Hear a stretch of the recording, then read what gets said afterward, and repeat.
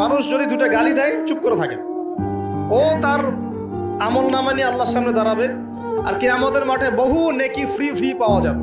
এটা কি জানেন? কিয়ামত অনেক নেকি বিনামূল্যে ফ্রি ফ্রি আসবে আমল নামায়। কেন আসবে বলি হাদিসটা। নবী সাল্লাল্লাহু আলাইহি ওয়াসাল্লাম বলেছেন, তোমরা কি জানো সবচেয়ে বড় মিসকিনকে? দরিদ্র মানুষকে, মিসকিনকে। সাহাবীরা বলছেন, আমরা তো মনে করি যার সম্পদ কম সেই মিসকিন। নবীজি বলছেন, না, প্রকৃত মিসকিন সে ব্যক্তি নয়।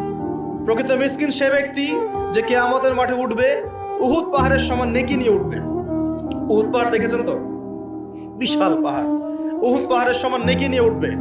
নামাজের নেকি, যাকাতের নেকি, হজের নেকি, ওমরার নেকি, বিভিন্ন নেকি। কিন্তু দেখবে সামনে বহু মানুষ দাঁড়িয়ে আছে। কেন দাঁড়িয়ে আছে? কারো কাছ থেকে টাকা নিয়েছে, টাকা শোধ করে নাই, কাউকে গালি দিয়েছে, কাউকে অন্যায়ভাবে অপবাদ দিয়েছে, কাউকে আঘাত করেছে, কারো উপর জুলুম করেছে ইত্যাদি। বিভিন্ন রকম মানুষের সাথে জড়িত পাপ ছিল, ঠিক আছে? কারো গীবত করেছে,